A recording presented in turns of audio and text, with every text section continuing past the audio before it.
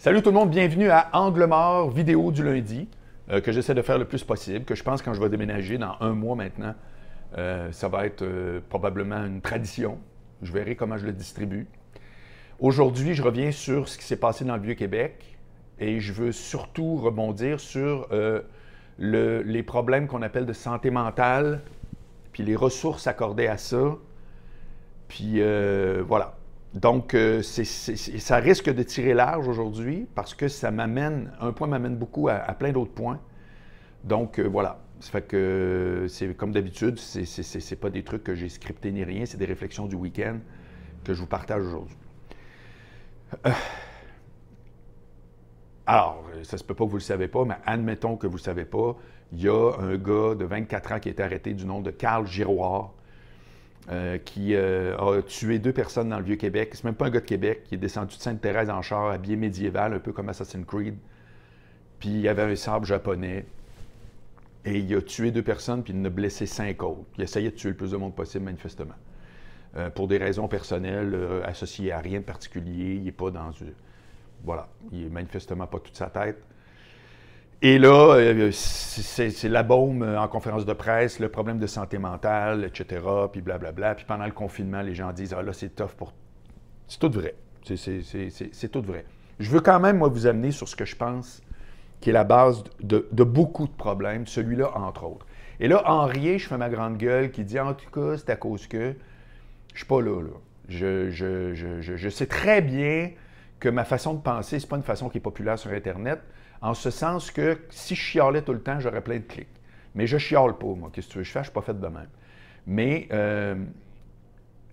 donc, j'attaque pas personne, ni une organisation ou rien avec ce que je vous dis. Je pense que c'est une réalité sociale dans le monde où on vit, partout. Fait que je vais vous dire, il est où pour moi le manque de ressources? Je vais vous conter une histoire pour ça. C'est directement à cause de cette histoire-là que je vous donne mon point aujourd'hui. J'ai eu un condo, moi, en Floride, que j'avais acheté de mes parents. Je l'ai gardé une dizaine d'années. Je l'ai vendu parce que ma sœur s'est installée dans un condo à comme 4 rues de chez nous. Tu sais. Ça fait que... Puis j'avais moins l'occasion d'y aller. Avant, quand j'étais avec mon classeur, j'étais vraiment libre de mon horaire. Là, c'est moins vrai. Là, c'est revenu vrai, mais pour combien de temps, comment ça va évoluer mes affaires, on ne le sait pas.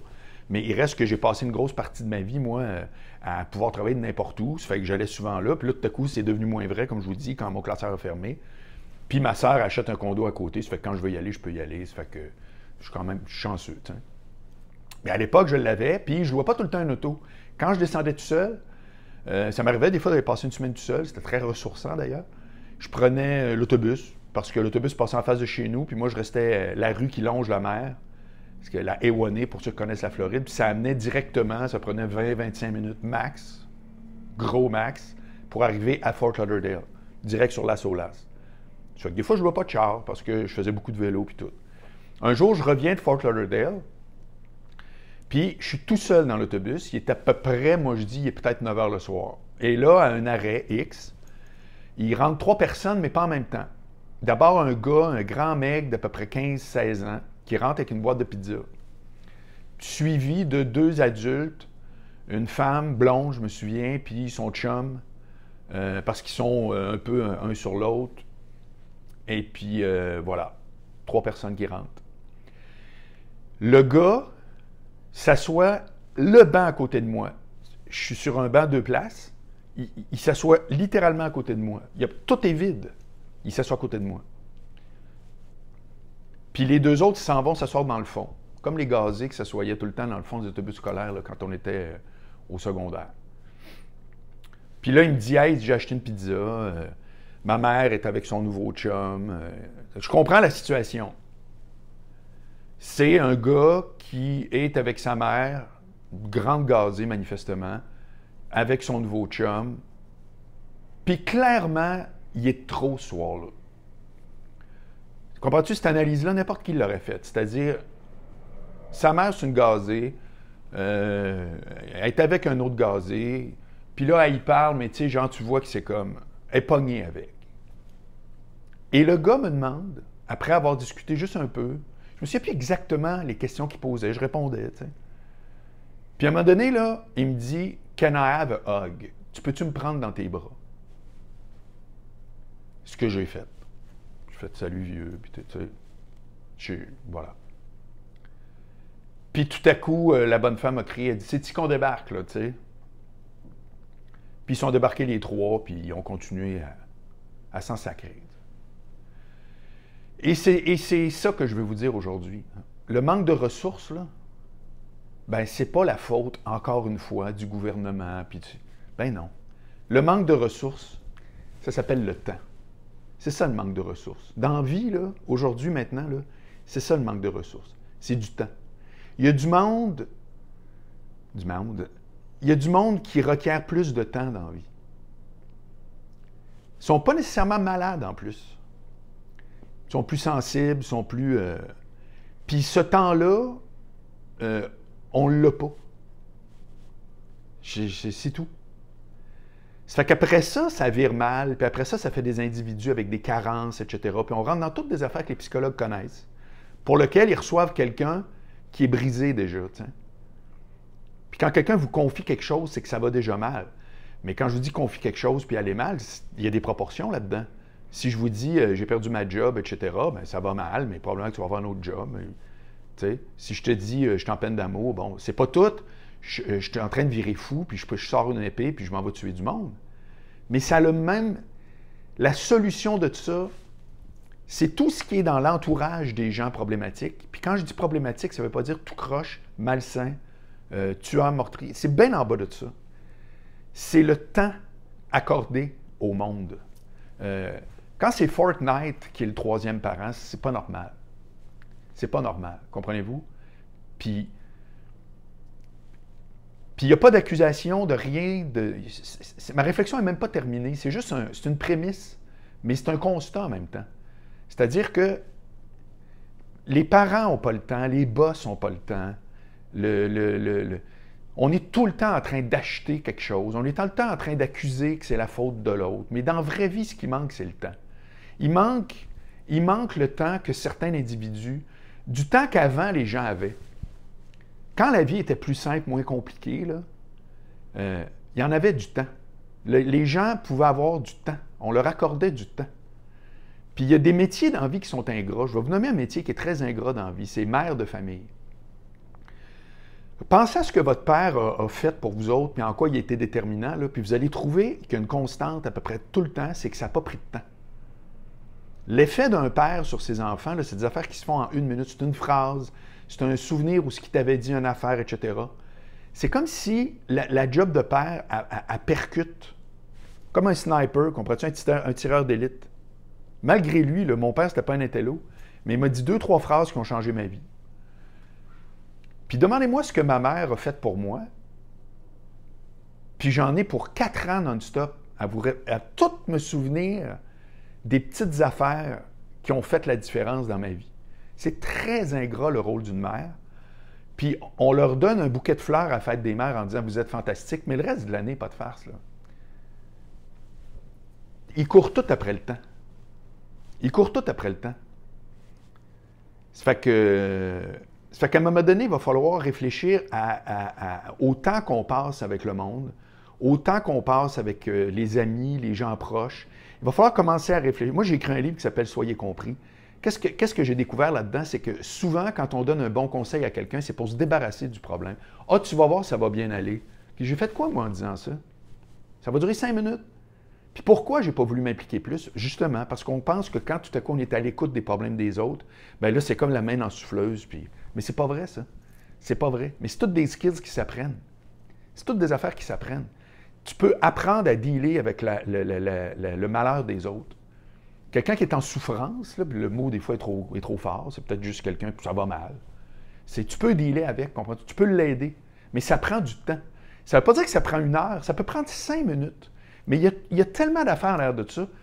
Puis si les gens accordaient le temps qu'il faut, où il faut, gens étant moi, tout le monde, bien, à un moment donné, le nombre de problèmes qui n'auraient même pas le temps de naître, vous n'avez aucune idée à quel point ce serait ça. Ça serait hallucinant.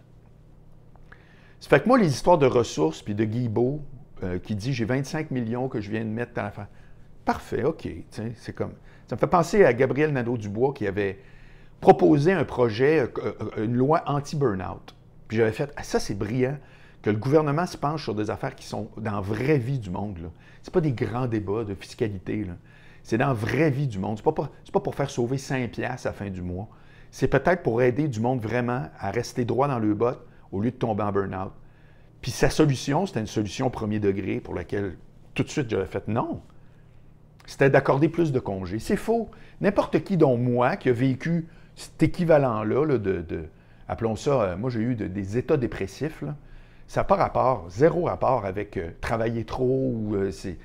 Oui, ça existe, le vrai burn-out, l'épuisement professionnel. Mais règle générale, c'est juste que tu n'es pas à bonne place. Tu travailles dans une équipe qui ne te convient pas, tes valeurs sont confrontées. Alors, il y a un bout que tu peux faire ton chemin, mais il y a un autre bout, c'est juste un environnement qui ne te convient pas. Quand même que tu dis, je vais te donner 1 mois de plus, c'est 1 mois de plus à stresser que la veille, il va falloir que tu rentres au bureau. C'est tout, là. Ça fait que la solution, ben, c'est que tout le monde s'assure de faire sa part, puis tout le monde s'assure que les gens avec qui on deal ne sont pas tout le temps en train d'en rajouter sur leur épaule. Tu sais, c'est ça. C'est facile de dire, hey, les infirmières, on vous monte de 2,5 piastres de l'heure. Yeah! Puis pendant ce temps-là, ils sont encore en train de faire du temps supplémentaire de malade, puis ils n'en ont pas de temps accordé.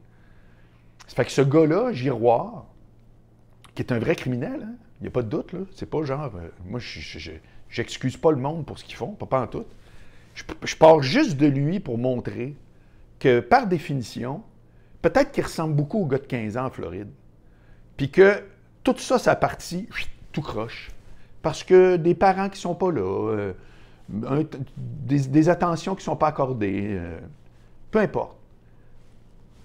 Puis un système qui encourage ça. Je ne sais pas, regardez, je ne suis pas en train de vous dire c'est de la faute d'un puis de l'autre.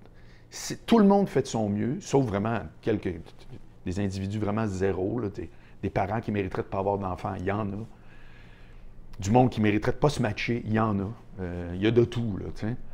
Mais je fais juste vous dire que si ça vous tente de régler ces problèmes-là, puis là, je m'adresse à tout le monde à titre personnel, c'est assurez-vous d'en avoir du temps. Peut-être que la première affaire, en vous parlant, je me rends compte, peut-être que la première affaire à faire, c'est de s'en accorder du temps. C'est de faire comme, garde, sais-tu, je ne vais pas arrêter tout le temps de chercher à m'étourdir dans toutes sortes d'affaires, puis je ne vais pas essayer de tout le temps être productif, puis de tout le temps dire, mon Dieu, là, j'ai rien à faire, qu'est-ce que je fais? Bien, peut-être rien.